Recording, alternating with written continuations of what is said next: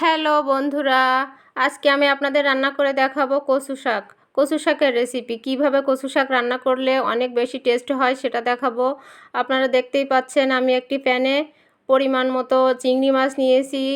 রসুন, হলুদ, লবণ, ধনিয়া গুঁড়া, জিরে বাটা, আরও নিয়েছি কাঁচামরিচ বাটা। এগুলো আমি পানির ভিতরে দিয়ে একটু জ্বালিয়ে নিয়ে পরে আমি কচু শাকগুলো অ্যাড করেছি। কচু শাকগুলো নাড়াচাড়া দিতে দিতে এখন আমার এই পর্যায়ে আছে।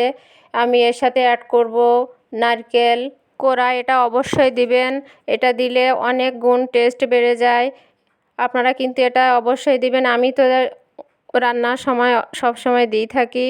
এখন আমার কচু শাকটা শেষ পর্যায়ে, কচু শাকে অবশিষ্ট ঝোলগুলো শুকিয়ে গেছে। কচু শাকটা তেলের ওপর দিতে হবে, আর তেলের ওপর দেওয়ার জন্য প্রয়োজন মতো তেল দিয়েছি, পেঁয়াজ দিয়েছি, সাথে একটু ঘি। তো রান্নাটা আমার এই পর্যায়ে কেমন লাগলো